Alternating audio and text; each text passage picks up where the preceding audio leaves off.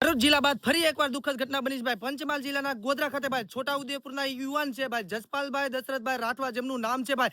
Ground પૂરું કર્યા બાદ તેમનું અવસાન થયું છે ભાઈ.